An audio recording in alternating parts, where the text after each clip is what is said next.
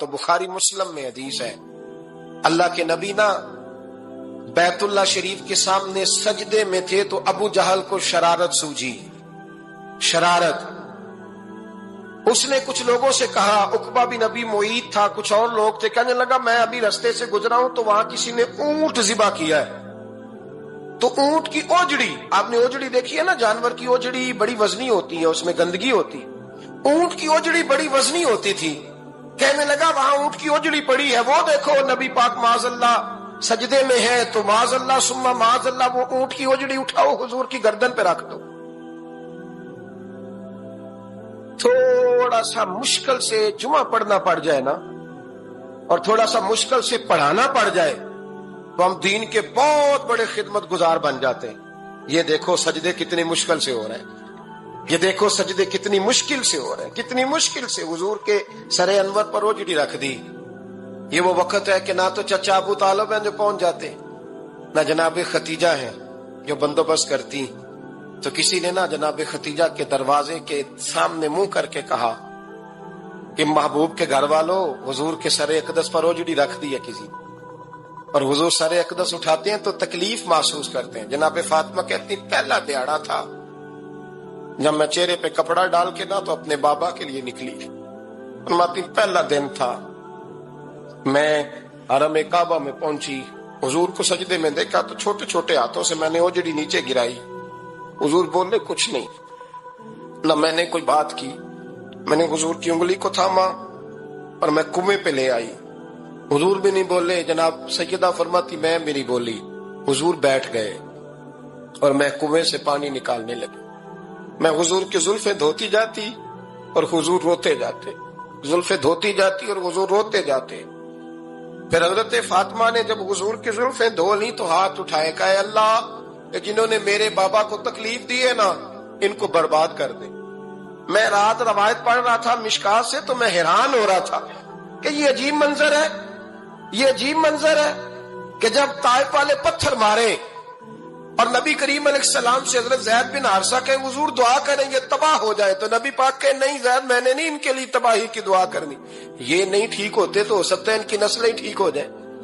اور جب احد میں وہ لوگ پتھر مار کے دانت شہید کر دیں، حضرت ابوبکر صدیق جیسی ٹھنڈی طبیعت کا آدمی عرض کرے حضور دعا کریں یہ تباہ ہو جائے، تو حضور نے فرمایا اللہم اہد قومی فإنہم لا یعلمون، یا اللہ میری قوم کو ہدایت دے، یہ جانتے نہیں یہ کیا کر رہے ہیں۔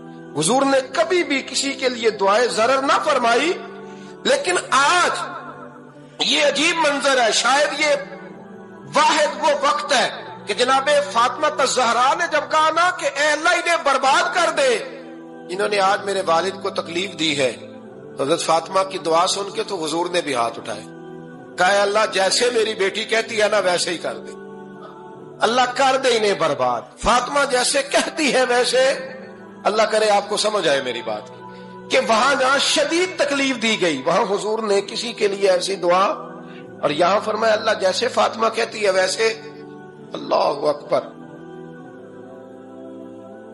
حضرت امیر حمزہ فرماتے ہیں ابھی کلمہ نہیں پڑھتے تھے، کہتے ہیں میں شکار کے لیے گیا تھا، واپس آیا تو واقعہ یہ ہوا کہ نبی کریم علیہ السلام نہ کوہ صفا کی پہاڑی کی طرف جا رہے تھے تو رستے میں ابو جہل آ گیا، اس نے حضور کو نہ برا بھلا کہا، میرے نبی کریم علیہ السلام نے نا آج اس کے جواب میں خاموشی اختیار کی۔ خاموشی بہت بڑا طوفان ہوتی ہے، چپ رہنا بہت بڑا طوفان ہوتا ہے۔ حضور خاموش ہو گئے مکمل، کوئی بات نہیں، حضور دیر تک خاموش رہے۔ نبی کریم علیہ السلام جب خاموش رہے تو سر پٹایا اور اس کے ہاتھ میں ڈنڈا تھا، حضور کے سر اقدس پر دے مارا، حضور کچھ نہیں بولے، خاموش رہے، سر پہ ہاتھ رکھا، گھر تشریف لے گئے۔ وہ لونڈی دیکھ رہی تھی، نبی کریم علیہ السلام تشریف لائے حضرت ختیجہ کے گھر۔ اتنی دیر میں حضرت امیر حمزہ آئے تو اس لونڈی نے نا جناب امیر حمزہ کو مخاطب کیا، چونکہ اس نے حضور کو بھی دودھ پلایا تھا اور جناب امیر حمزہ کو بھی برابر کی محبت تھی، رضائی والدہ تھی۔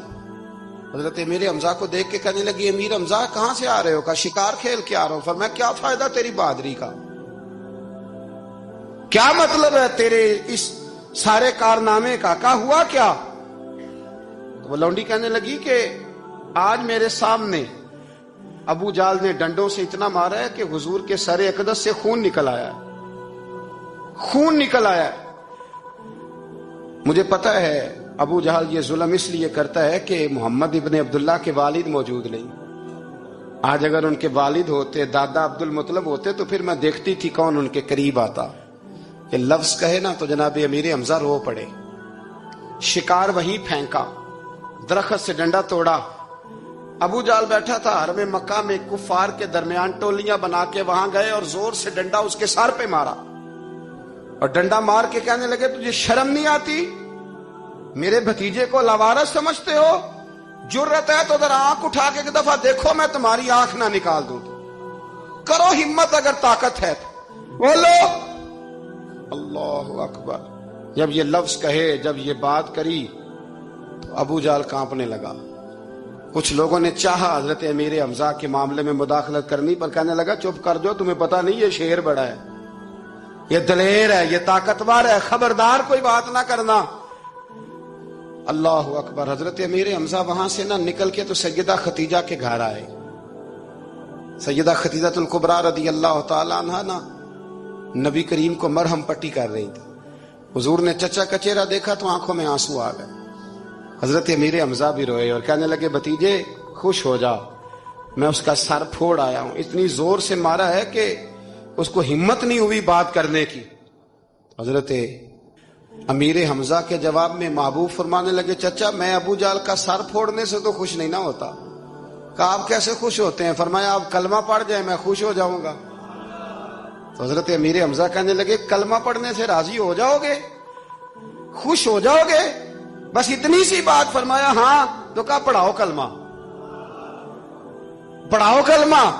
حضرت محبوب کریم نے کلمہ پڑھایا اور جناب امیر حمزہ اسی وقت مسلمان ہو گئے۔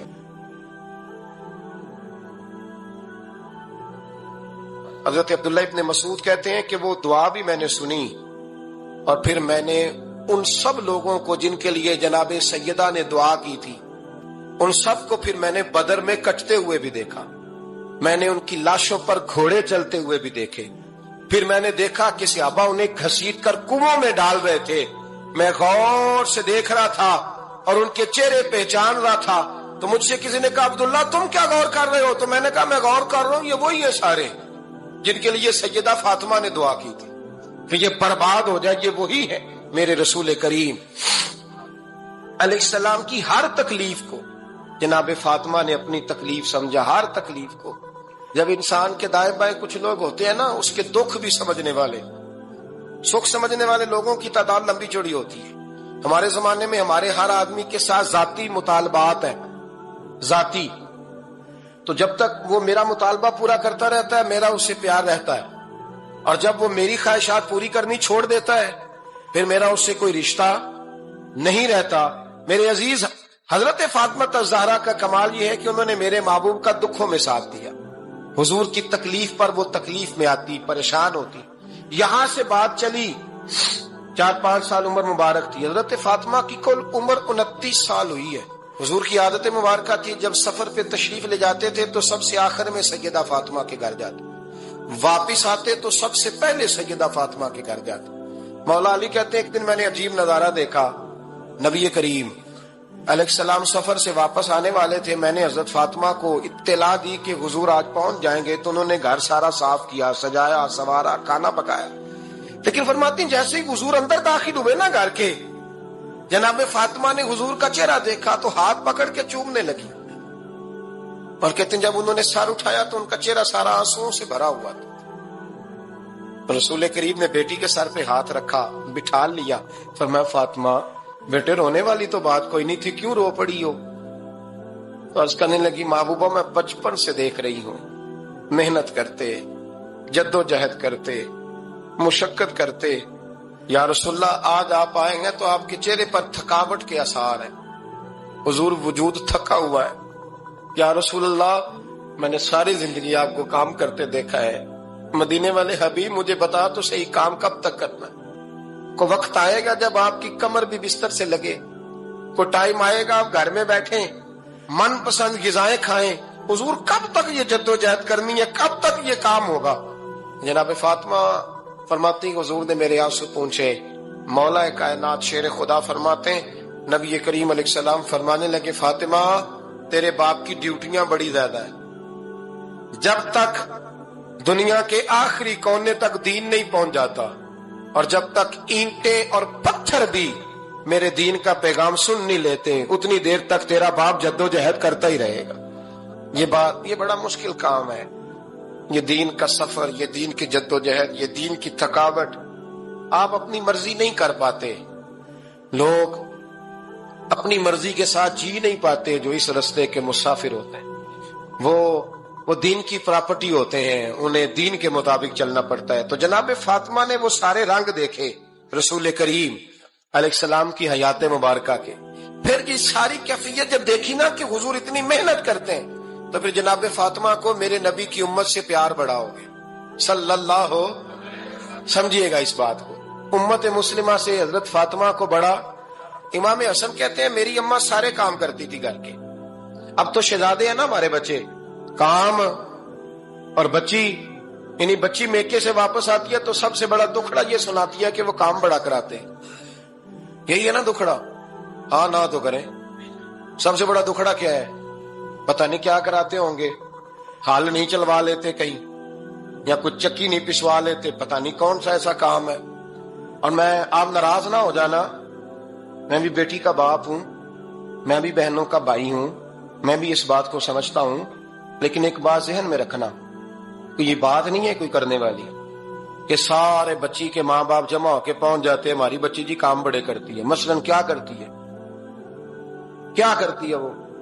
آؤ میں بتاؤں میرے مصطفیٰ کی بیٹی کیا کرتی تھی. میں نے سینکڑوں دفعہ یہ بات کی اور میرا دل کرتا ہے روزانہ کروں, پھر کرتا ہوں. دنیا میں کوئی اتنا غریب ہے جس کی بیٹی اتنا کام کرے کہ ہاتھوں پہ چھالے پڑ جائیں؟ ہے کوئی اتنا غریب تو اٹھ کے بتائے کہ میری بیٹی سسرال میں اتنا کام کرتی ہے کہ چھالے پڑ جاتے. میں دکھاتا ہوں میرے رسول کی شہزادی کو چھالے پڑ جاتے. کچا مکان, جناب فاطمہ جناب فضا آپ کی لونڈی تھی, ان سے مٹی منگاتی اور گھر میں لیپا پوتی کرتی, پھر جھاڑو دیتی. امام حسن اور حسین کے درمیان پورے سال کا فرق نہیں, 11 مہینے کا فرق. دونوں بچوں کو سنبھالتی. جناب علی کی والدہ حضرت فاطمہ بنت اسد بوڑھی تھی.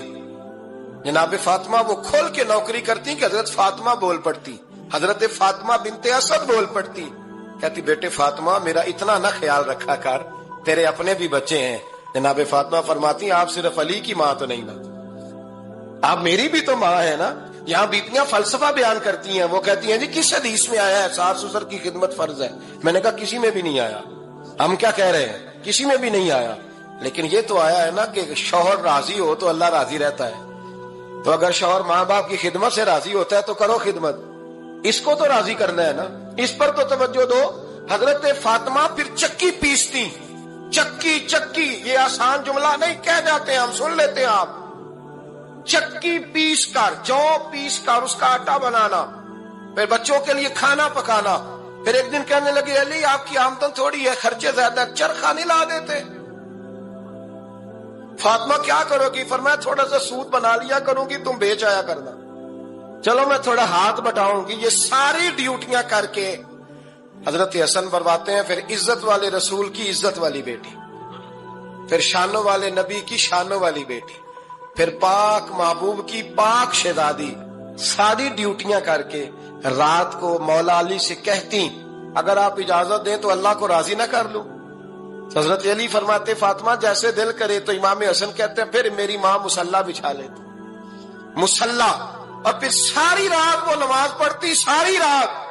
اور فرماتے ہیں جب سویرے ہاتھ اٹھاتی تو پہلی دعا یہ کرتی اے اللہ میرے رسول کی امت پہ رحم فرما, اے اللہ میرے رسول کی امت پہ رحم فرما. تو کہتے ہیں زمانے بیت گئے یہ دعا سنتے. تو ایک دن میں قریب گیا تو میں نے کہا امی حضور کوئی دعا میرے لیے بھی کر دیں, کوئی حسین کے لیے بھی کر دیں, کوئی زینب کے لیے بھی کر دیں. ساری دعائیں امت مصطفیٰ امت مصطفیٰ امت مصطفیٰ. کتنا بڑا جملہ ہے, کتنا بڑا. شیخ محقق نے لکھا ہے کتنا بڑا. جناب فاطمہ فرمانے لگی تیرے لیے بھی کرتی ہوں, حسین کے لیے بھی کرتی ہوں, زینب کے لیے بھی کرتی ہوں, سب کے لیے کرتی ہوں. پر بیٹا یاد رکھنا فاطمہ کی دعاؤں پر پہلا حق میرے رسول کی امت کا ہے. فاطمہ کی اصل میں بات بہت خوشی کی سنا دی میں نے. آپ لیکن آپ وہیں سست کے سست رہ گئے. یہ کسی عام آدمی کی دعا نہیں، پیر صاحب کی، درویش صاحب کی رٹی رٹائی دعا نہیں، یہ سیدہ فاطمہ کی دعا ہے. آپ کو اتنا بڑا خزانہ مل رہا ہے اور آپ سمجھے ہی نہیں بات کو.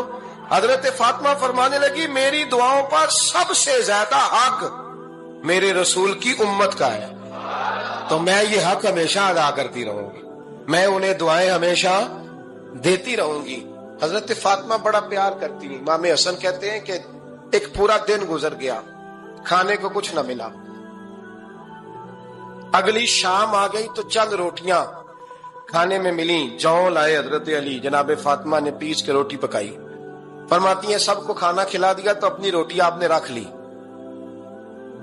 جب آپ کھانا کھانے لگی، کھانے پر ہاتھ ہی رکھا تھا کہ دروازے پر کسی نے صدا دی. تو کہتے ہیں بولنے والے کے لفظ بڑے عجیب تھے. جس نے صدا دی نا اس کے لفظ بڑے عجیب تھے. کہنے لگے اور رسول اللہ کی بیٹی، میں 2 دن سے فاقے میں ہوں، تو مجھے پتا ہے اس گھر سے روٹی ضرور ملے گی. جناب فاطمہ نے نہ کھانا اٹھایا. امام حسن کو کہنے لگی بیٹے دے آ. جناب حسن کہتے ہیں مجھے بڑی تکلیف ہوئی. ہم سب کھانا کھا چکے تھے، مولا علی بھی کھا چکے تھے، صرف میری اماں نے نہیں کھایا تھا. ماں اور بیٹے کا پیار، اور پھر حسن حسین اور سیدہ کا پیار. فرماتے میں نے کہا اماں جی آدھی دے دیتے ہیں، آدھی آپ کھا لیں، پورا دن گزر گیا آپ فاقے سے ہیں. تو کہتے ہیں حضرت فاطمہ نے میرے سر پہ ہاتھ رکھا، پھر میرا ماتھا چوما. کہنے لگی بیٹا تو نے اس کی آواز نہیں نہ سنی جس نے صدا لگائی. اس نے نہ تو علی سے بات کی نہ تیرے ساتھ بات کی، اس نے تو کہا رسول اللہ کی بیٹی. تم نے صدا نہیں نہ سنی، اس کے لفظ کیا ہے، اس نے تو میرے ساتھ بات کی. اور پھر فرمایا بیٹے میں 1 دن سے فاقے میں ہوں، وہ 2 دن سے فاقے میں. میرا 1 دن گزارا اور ہو جائے امت کے ساتھ. ایک دن نا ایک نبی پاک کی بارگاہ میں شخص آیا، اس نے کلمہ پڑھا. قبیلہ بنو سلیم سے اس کا تعلق تھا. نبی کریم علیہ السلام نے اس سے اس کی مالی حالت پوچھی. تو عرض کرنے لگا یا رسول اللہ صلی اللہ علیہ وسلم میرے قبیلے میں 3000 لوگ ہیں اور سب سے غریب میں ہی ہوں. نبی کریم صلی اللہ تعالی علیہ وسلم نے فرمایا اس کی مدد کرو بھائی. حضرت سعد بن عبادہ اٹھے تو انہوں نے نا اس کو کہا کہ میری اونٹنی باہر کھڑی ہے تو یہاں سے اٹھ کے چل، میں اونٹنی تجھے دیتا ہوں. مولا علی شیر خدا اسی وقت اٹھے اور آپ نے اپنے سر سے امامہ شریف اتارا. فرمایا میں نے کل ہی خریدا ہے، یہ میں تمہیں تحفے میں دیتا ہوں. حضور نے نا حضرت سلمان فارسی کی ڈیوٹی لگائی. فرمایا اسے سواری بھی مل گئی، کپڑے بھی مل گئے، اس کے کھانے کا بندوبست کر، پتہ کر کس گھر میں کھانا ہے تو لا. حضرت سلمان فارسی کہتے ہیں میں گلی میں نکلا تو پہلی نظر میری سیدہ فاطمہ کے دروازے پہ پڑی. میں نے دستک دی، سیدہ فاطمہ اندر سے بولی کون ہے؟ میں نے کہا میں غلام سلمان فارسی. جناب فاطمہ تزارا سے میں نے عرض کی ایک بندہ آیا ہے، کلمہ پڑھا ہے، اور وہ کہتا ہے 3000 آدمی میرے قبیلے میں ہیں اور سب سے غریب میں ہوں. تو اماں جی اس کو مولا علی نے امامہ دے دیا ہے اور حضرت صاحب بن عبادہ رضی اللہ تعالیٰ عنہ نے اونٹنی دے دی ہے. اب وہ حضرت فاطمہ فرما سکتی تھی کہ جب شیر خدا نے دے دیا ہے تو ہمارا تو حصہ پڑ گیا. تو فرمانے لگی بھئی میرے ساتھ کیا مطالبہ ہے بتاؤ، جلدی کرو. کہا کھانا نہیں کھایا اس نے. تو آپ فرمانے لگی کھانا دیتے ہیں. حضرت سلمان فارسی کہنے لگے اماں جی کھانے میں کیا ہے؟ تو کہنے لگی کچھ بھی نہیں، 3 دن ہو گئے حسن حسین نے روٹی نہیں کھائی، پر بڑا کچھ ہے میں دیتی ہوں. کہتے میں سوچ میں پڑ گیا کہ انہوں نے 3 دن سے نہیں کھایا، پھر بھی بڑا کچھ ہے. پھر بھی ہم نے نا جو کھایا ہے اور باقی کا سالن فریج میں رکھا ہے، پرسوں والا بھی فریز ہوا پڑا ہے، شام کی سبزی آ گئی. کسی نے پوچھا حال کیا؟ کہتا سب سے غریب میں ہی ہوں، بڑا ماڑا بندہ ہوں، رو پڑیں گے، پریشان. کہا بچوں نے 3 دن سے روٹی نہیں کھائی، پر سلمان بڑا دیا ہے میرے اللہ نے، بڑا کچھ ہے. تو کہا اماں جی پھر کرنا کیا ہے؟ فرمایا تو ٹھہر تھا میں بتاتی ہوں. کمبل پڑا تھا، بسترا سمجھ لیں، موٹا اوڑھنے کا، خدر کا. حضرت فاطمہ جلدی سے لائیں. فرمانے لگے یہ پکڑو اور دیر نہ کرنا. یہ ہماری گلی کے کونے پہ نا 2-4 گھر چھوڑ کے تو ایک یہودی ہے، اس کا نام شمعون ہے، وہ اس طرح کی چیزیں گروی رکھ کے یا خرید کے نا تو پیسے بھی دے دیتا ہے، جوں بھی دے دیتا ہے، گندم بھی دے دیتا ہے، سرکہ اور کھجوریں بھی. اسے دے آ اور وہ جو سامان دینا وہ میرے پاس لا، اور لا کے مجھے دے تاکہ میں جلدی سے اس آدمی کے لیے بندوبست کروں. پتہ نہیں بیچارہ کتنے دنوں کا بھوکا ہے، پتہ نہیں بیچارہ کتنے، اپنے بچوں نے 3 دن سے روٹی نہیں کھائی، لا نہ ذرا. حضرت سلمان فارسی کہتے ہیں میں نے تھوڑا توقف کیا کہ میں آپ کا بستر لے جاؤں، یہ کمبل لے جاؤں. تو فرمانے لگی حکم ہے میرا، وہ جانا پڑے گا. جناب سلمان فارسی کہتے ہیں میں شمون یہودی کے پاس گیا, میں نے کہا یہ کمبل لو, چاہے تو نگد پیسے دے دو, سامان خرید لیتے ہیں, اور چاہے تو اناج, جوں, سرکہ, کھجوریں جو تمہارے پاس ہے دے دو. وہ کہنے لگا یہ کس کا ہے, بڑا شاندار ہے, بڑا خوشبو والا ہے. تو کہا یہ مولا علی کے گھر سے آیا ہے, پاک بی بی نے دیا ہے کہ اس کو گروی رکھ لو اور مہمان کے لیے کچھ دے دو. کہا مہمان کون سا؟ کہنے لگے حضور کے پاس آ کے ایک شخص نے کلمہ پڑھا ہے اور وہ مسلمان ہوا ہے اور وہ غریب ہے, اس کو روٹی دینی ہے. تو وہ شمون یہودی کہنے لگا میں بھی تو رات پڑھا کرتا تھا, تو آج ہی سویرے میں نے پڑھا ہے, آج ہی سویرے پڑھا ہے, ابھی پڑھا ہے. میں بڑی دیر سے حضور آئے تھے پر میری آنکھوں پہ پردہ ہی رہ گیا. مقدر سکندر کا دیکھو کہ پیاسے چلے جا رہے ہیں کنارے کنارے, میں پیاسا ہی مرنے لگا تھا, آج ہی میں نے پڑھا ہے کہ جو آخری امت آئے گی نا, اس امت میں جو رسول اللہ صلی اللہ علیہ وسلم کے قریبی ہوں گے, ان کا کمال یہ ہوگا کہ وہ اپنا پیٹ پر پتھر باندھ کے دوسروں کی مدد کیا کریں گے. یہ میں نے آج ہی پڑھا ہے اور ابھی تو نے مجھے اس کا نظارہ کرا دیا ہے. کہنے لگا یہ چادر بھی لے جا, جوں بھی لے جا, سرکہ بھی لے جا, آٹا بھی لے جا, کھانا بھی لے جا, اور اس طرح کر کے میرے پاس سے نگد بھی لے جا, اور جناب فاطمہ سے کہنا یہ سارا کچھ رکھ لے, اور انہیں کہنا کہ مجھے پتا ہے آپ قبول نہیں کرے گی پر قبول کر لے, وہ آپ کا کمبل آیا ہے تو میرا دل نرم ہو گیا ہے, میں یہ قربانی بھی دیتا ہوں اور آپ کے باپ کا کلمہ پڑھ کے مسلمان بھی ہوتا ہوں. حضرت فضا کہتی ہیں, حضرت فضا بہت وہاں سے, اور جناب فاطمہ بڑی شفقت کرتی تھی ان کے ساتھ. جناب فضا کہتی ہیں ہمارے ساتھ ہی نا 2-4 گھر چھوڑ کے کہ یہودی مسلمان ہوا تو اس کے رشتہ داروں نے رشتے توڑ دیے, ناطے توڑ دیے, سارا خاندان مسلمان ہو گیا, لوگوں نے ملنا گلنا چھوڑ دیا. فرماتے ہیں کہ اس کی بیوی فوت ہو. علیہ السلام نے جب ان کو لے کے حضور داخل ہوئے تو جناب فاطمہ نے آنکھیں جھکا لی, پردہ کر لیا. تو حضور نے فرمایا بیٹی وہ تو نابینا ہے. تو عرض کرنے لگی حضور مجھے تو نظر آ رہا ہے نا. انہیں حضور نے جو ازواج کو کہا وہ بات کی. جناب فاطمہ کا جو انداز ہے وہ نرالا ہے. تو حضرت علی کہتے ہیں جناب فاطمہ نے جواب دیا کہ بہترین عورت وہ جس نے نہ کبھی غیر محرم دیکھا ہو اور نہ غیر محرم نے کبھی, وہ بی بی نے بھی کبھی غیر محرم مدہ نہ دیکھا ہو, دیکھا ہی نہ ہو اس نے. یہ پوائنٹ ذرا مشکل ہے, سمجھنے والا ہے. تو حضرت علی کہتے ہیں میں وہاں سے گردن جھکائی اور بیچ آ کے بیٹھ گیا, بات ابھی جاری تھی.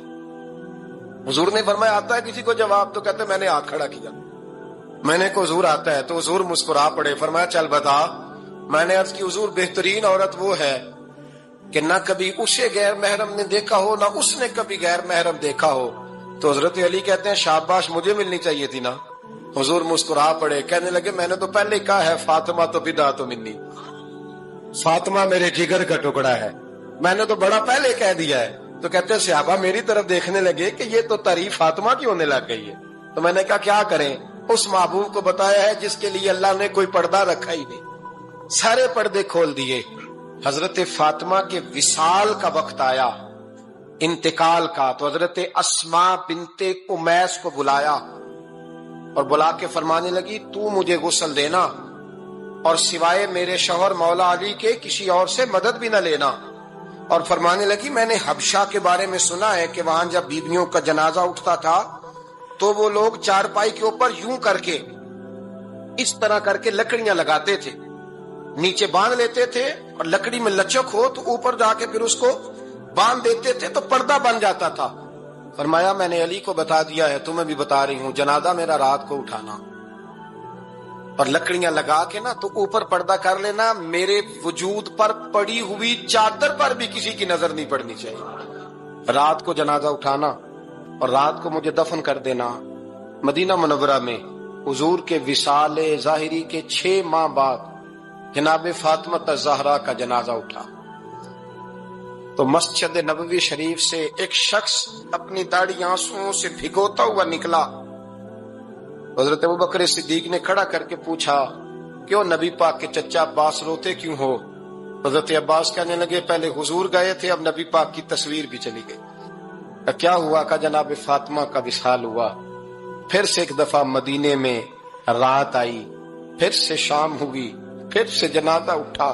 شیر خدا علی المرتضی رضی اللہ تعالیٰ عنہ نے, حضرت عباس نے, حضرت قسم الدین عباس نے, حضرت عبداللہ ابن عباس نے تدفین سے فارغ ہوئے ایک روایت ہے کہ حضرت عباس نے جنازہ پڑھا، اور ایک مستند روایت ہے کہ حضرت ابو بکر صدیق نے جنازہ پڑھایا، اور جب جنازہ پڑھا کر کے باہر نکلے تو حضرت علی شیر خدا کی آنکھوں میں آنسو تھے۔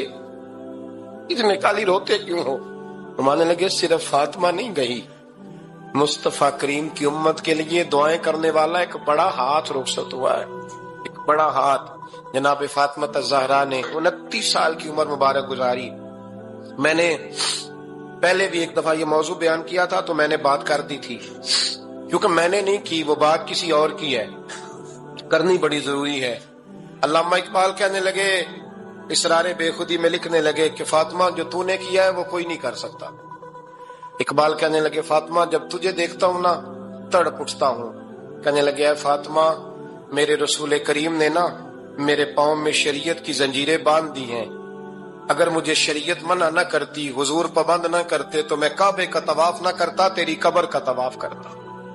فاطمہ تو نے 29 سال میں وہ انقلاب برپا کیا، امت پر وہ رحمت کی۔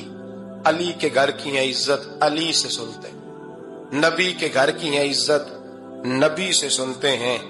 وہ جس نے معزز کیا گھرانے کو، حسین پال کے جس نے دیا زمانے کو۔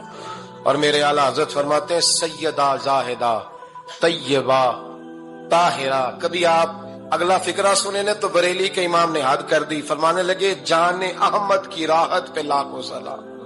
جان احمد کہتے ہیں نبی پاک کی جو جان ہے وہ سیدہ فاطمہ ہے، اور صرف جان نہیں، یہ وہ والی حضور کی جان ہے جس سے نبی پاک سکون حاصل کرتے، راحت حاصل کرتے ہیں۔ جان احمد کی راحت پہ، اور اس کا ایک ترجمہ یہ ہے کہ نبی پاک کی جان کو سکون حضرت فاطمہ کی وجہ سے ملتا۔ جان احمد کی راحت پہ لاکھوں سلام۔ اور حضرت حسنین کریمین کا ذکر کرتے ہوئے فرماتے ہیں، آب تطہیر سے جس میں پودے جمے۔ حضرت فاطمہ کے بارے میں کچھ روایتوں میں یہ آتا ہے کہ عورتوں کی طرح انہیں حیض نفاس نہیں آتا تھا، اللہ نے پاک پیدا فرمایا، اور مولا علی تو پہلے ہی پاک ہے۔ تو فرماتے ہیں یہ جو بچے ہوئے نا، یہ آب تطہیر سے جس میں پودے جمے۔ یہ بریلی کے امام کی محبت ہے سیدہ فاطمہ سے اور حسنین کریمین سے، کیا انداز ہے۔ کہنے لگے، آب تطہیر سے جس میں پودے جمے، اس ریاض نجابت پہ لاکھوں سلام۔ کہتے ہیں حضرت فاطمہ صرف پاک نہیں، پاکیزگی کا پورا باغ ہے، پورا، یعنی ان کی چھاؤں بھی پاک ہے، ان کا سایہ بھی، ان کا پھل بھی، ان کی ٹہنیاں بھی، بولے تو صحیح آپ، ان کی ٹہنیاں بھی، ان کی زمین بھی، اس ریاض نجابت پہ لاکھوں سلام۔